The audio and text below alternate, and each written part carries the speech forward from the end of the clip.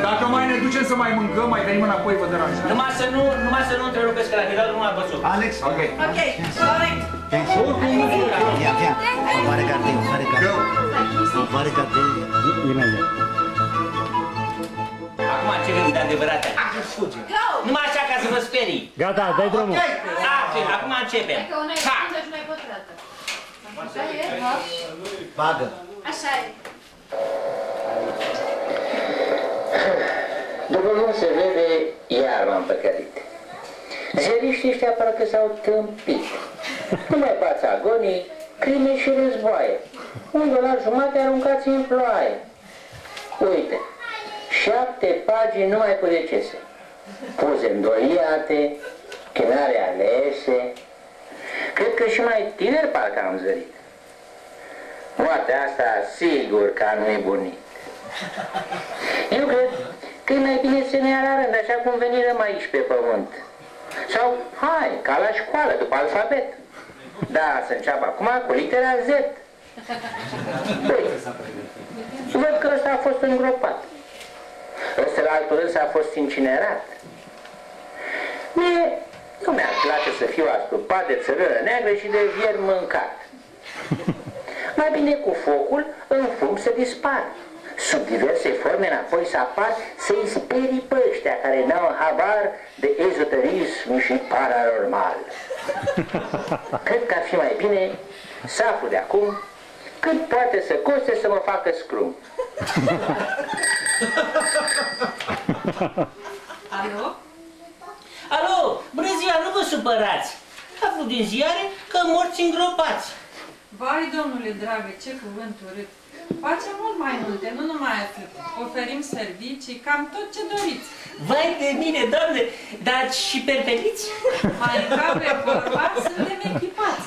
Dar spunem, domne, de ce mă întrebați? Aveți vreo urgență, vreun deces, ceva? Vai nu, Duduiță, întrebam așa. Mă gândeam la mine, când o fi să mor, cum aș vrea eu oare să ies din decor? Am tot stat în dubii și acum m-am gândit. Cel mai mult mi-ar place să fiu perpelit. Ia spuneți-mi, doamnă, cam cât ar costa? Depinde, stimate, ce servicii veți vrea. Expunere în sală cu bufet și vin, slujbă la capelă, cafea cel puțin. Vai, nici pomenare de așa ceva. O am pentru party pe cumnată mea, că ea să pricepe. Face o gustărică, vreo 2-3 roșii și o prăjiturică. Nu face nimic. Nu vreau nicio slujbă, capelă sau popă, că l-am pe cumnatul și de poate tobă. Astea compuse de... Iau vin de la Cosco și muzică avem. Frigică Petrescu și chiar Eminem. Partiul acasă. Eu, din urna mea, spionez băieții. Cei care vor vrea să treacă pe acasă. Peste o săptămână, până la văduvioară urându-i zi bună. Zicând că de mine, iarăși la Doru, vin ca să-i repare ei ordinatorul. Vai, domnule dragă, dar nu e frumos. Eu n-am mai văzut mort așa gelos.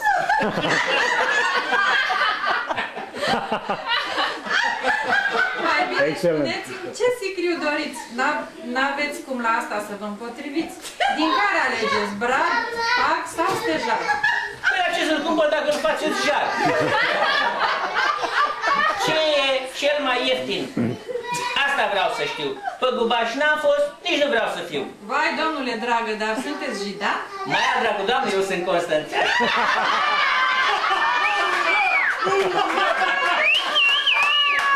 Bravo!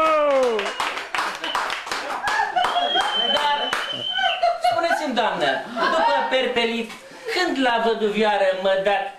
După perpelire, când la văduvioară mă dați în primire? Ultima etapă e de concasare. Păi, doamnă, dar asta nu doare? Nu, domnule dragă, stați liniștit, nu doare de mult, de când v-am perpelit. După concasare, noi am terminat, vă băgăm în pungă și sunteți livrați. Dar punga e solidă, nu vă supărați, că n-aș vrea pe drum ca să mă împrăștiați. Eu parcă și ca mea văduvioară, ca Hansel și Gretel de odinioară. Că nu zic de alta, dar eu sunt mofturos. Și n-aș vrea acasă să mă întorc pe dos. Nu, domnule dragă, stați liniștit. Din când e păi sacul și e căptușit. Dar, doamnă, spuneți-mi, cenușa e grea? Sau zboară în vânt așa cum vrea ea? Că mie mi-e teamă de al meu cumnat că suflă în cenușă și m-a împrăștiat. Și știți, el pe mine e foarte gelos că la pescuit eu sunt mult mai băftos. Și parcă și văd cum îmi dă rotogoare să-mi scui pe cenușa cu plăcere mare. Cam după vreo lună, sau 2 sau 3, depândit din urmă să-i văd pe mișei, aș vrea, văduvioara, să mă arunce în mare. Am și pregătit o frumoasă înscenare. Că parcă o și văd, cu pletele în vânt, cu mâinile întinse, urna ținând, tristețe se vede pe chipul ei pal, încearcă să plângă, dar e în zadar. Și cu un gest eroic și cu mult avânt, mă aruncă în apă și mă duc la fund. Mai aruncă în valuri 2-3 rubine, foarte bucuroasă că a scăpat de mine. Știți, eu ca în Titanic aș vrea să mă duc. Nu băgat în groapă, în siclu de nuc. Domnule, ajunge, ați spus de ajuns, vai, ca niciodată azi m-am pus pe plâns. Deci, stimată doamnă, eu cam asta vreau. Care e cel mai ieftin, perpelit, să-l iau. Partiu e acasă, șoul pe vapor. Toate s-aranjate când o fi să mor. Da, domnule dragă, să fiți liniștit, căci tarif de bază eu v-am pregătit. Avem și o ofertă, special să-i zic, luna viitoare prețurile mai mici.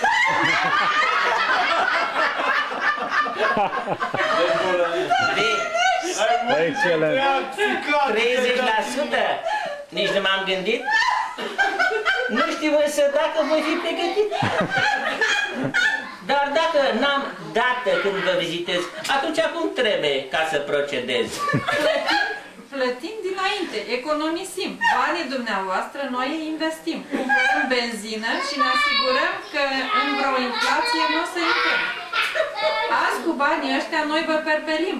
Peste ani, vreo 10, doar vă încălzim. Atunci cum trebuie ca să procedez?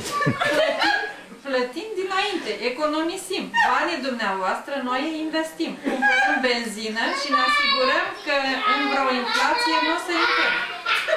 Azi cu banii ăștia noi vă perpelim. Peste ani, vreo 10, doar vă încălzim. Banii ajung acum să vă frigem tare, dar peste un deceniu, fript la lumânare. Altă variantă, să plătiți puțin. Un 2 pentru 1 noi vă oferim. Cu alte cuvinte, sunteți 2 în foc. Pentru asta însă vă trebuie noroc. Că cine e primul are de așteptat până vine al doilea la incinerat. Apoi treaba e clară, noi vă perpelim, iar în concasoare ciolane zdrobim. Bine, și pe urmă? Dar ce mai doriți? Păi cum să rămânem noi nedespărțiți? Păi așa rămâneți. Nu-i de crezut, dar nu plec acasă cu necunoscut. De-o fi vreo femeie, va fi și mai greu. Bătrâna mă aruncă nu în mare, în veceu. E drept că așa un tarif îmi convine, dar uite, Titanic, adio rubine. Domnule, eu văd că nu e serios. Nu știu ce ți-e planul, dar nu e frumos. De mai mult de o oră stăm în telefon, iar eu sunt plătită la comision. Hai la revedere, că văd că nu știi ce ai de gând în viață și când vei muri. Când te vei decide, telefon să-mi dai, dar până atunci eu zic goodbye. Bravo! Muncă! Ia uzi și la asta, la comision. Ca și când se moare de apeși pe buton. Că parcă beleaua vine după plan să-i facă ei cota la sfârșit de an. Ia mai dă încolo, ce mi-a fi venit de așa gânduri negre m-au învăluit.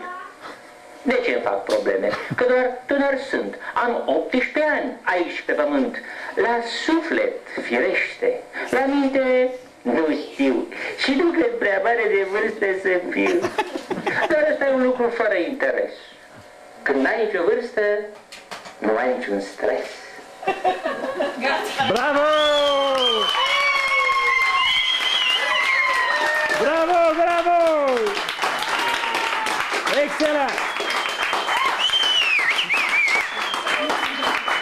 Bine! Aveți de-a face aici cu o familie de artiști. Asta este o carte de poezie pe care Armina a scris-o și a fost publicată. Dacă vă interesează să o răsfoiți. Cumpărați să avem cu ce face focul aici. Sunt versurile mele. Da, îl perpelim un pic. Băi, unde-le bere, că nu s-au ascat? E frigidare capitale. Care? Unde este? Bă, am vorbit și de mai văzut, nu? Dar se frânge Egiptul, știi? La pește ești. Bă, ai suflat în... Lucian, bravo! Bă, suflai în cenușă? Capitalul la pește se Super! Cine a scris? Excelent! Cine a scris? Se vede pe ce după tine. Lucian a făcut versiunea.